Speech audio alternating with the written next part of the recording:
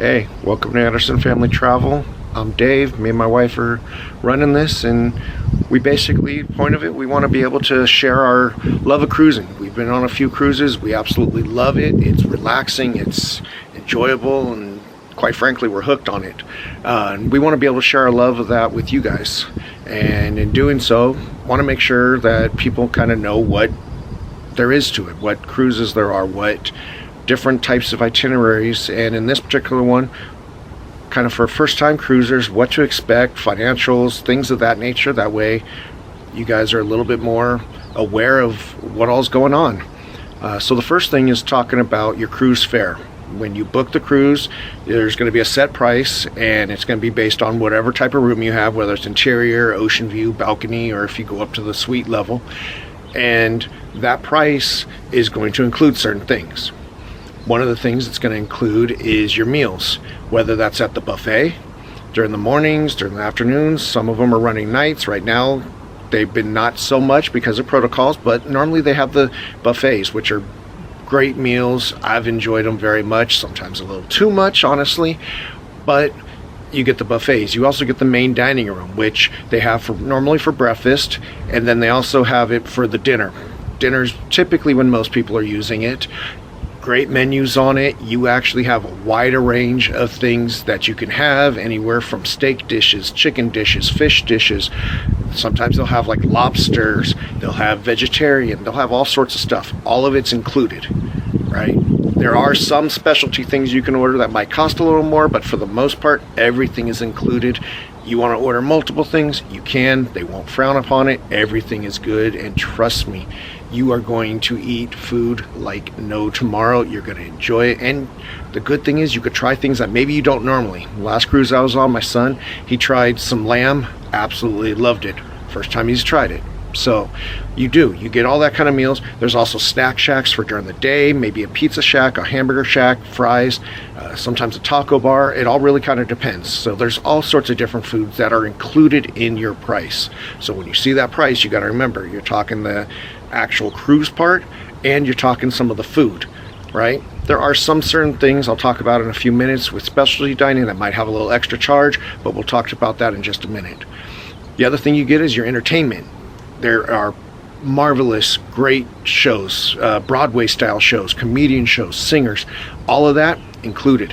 So you get entertainment. So right now you're already sitting at things like hotel, which is your room, your travel, going from port to port, food, entertainment. You're not going to get this kind of stuff going anywhere else for this kind of price. So it's a beautiful thing to be able to work with, do, and really get to enjoy. So you really start to think about it. You got to break down what the cost is, and that will help you realize the value that there is in the cruise. One of the other things you get is there are certain free drinks you'll get, usually water, maybe some iced tea, possibly lemonade. So there are things that you can drink that are going to be for free. This does depend on what type of package you have, what cruise line you have, because there are certain ones that do include that kind of thing. Typically you end up having to get a drink package, something like that, if you're going to be trying to drink anything more. Again, talk about that in just a minute. One of the other things that I wanted to bring up on it is there's also onboard activities, and that could be things like the swimming pool, the whirlpool spas. There's a lot of times gyms, if you're like one of my kids that actually loves doing the gym and working out all the time. I see people there all the time, and so that's all included. You also have game shows and trivia nights and live music throughout the night at different establishments, bars, and sometimes lounges, things like that. That's all included. Depending on what ship you're on, what cruise line you're on, all of that. There could be water slides. There could be, like on Royal Caribbean, there's the Flow Rider, which I was on just this last couple weeks ago, and hilarious for other people, but it was a good time. I'm glad I got to get out there on it. So again, it depends on what ship you're on and what all activities there are. Best bet, look on the cruise line's website, see what all there is on it. That way you kind of know what you're getting into, and maybe that's how you decide what ship you want to go on. So there's lots of things that are included in it. It's a great time. Trust me, it is well worth the value of it. And there's the different, like I said, the different types of rooms, sorry. And so, I mean, interior, ocean view, there's different levels of suites, all the way up to grand suites that are like 2 bedrooms and slides and all sorts of other stuff. I personally like the balconies, just the view, the ocean, it's tranquil. Now, a couple of things that maybe aren't included in it that sometimes are an option, sometimes not so much an option. The first one being gratuities. You're going to be charged per person in the room a gratuity. Right now, I know for like Royal Caribbean, it's $14.50 a day per person for the length of the cruise, and that's what it is currently, and that's for interior all the way to balcony.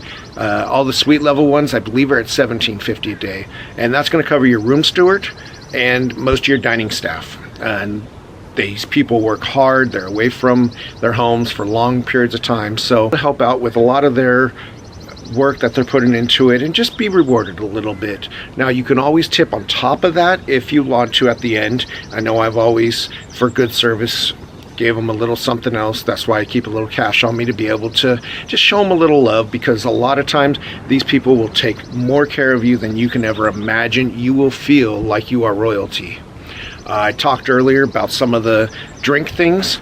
You can get different drink packages besides the free stuff, so the water, iced teas, things of that nature, and those all vary on really what you want and the cruise line, so it's hard to go over all of them, but you can get ones that are just soda packages that will include the different sodas, things like that, all the way up to full-on alcohol, beverage, refreshment packages, and all of those are going to be per day, per person, for the length of the cruise. So if it's a 7-day cruise, you're going to be paying X amount all the way through for that amount of money.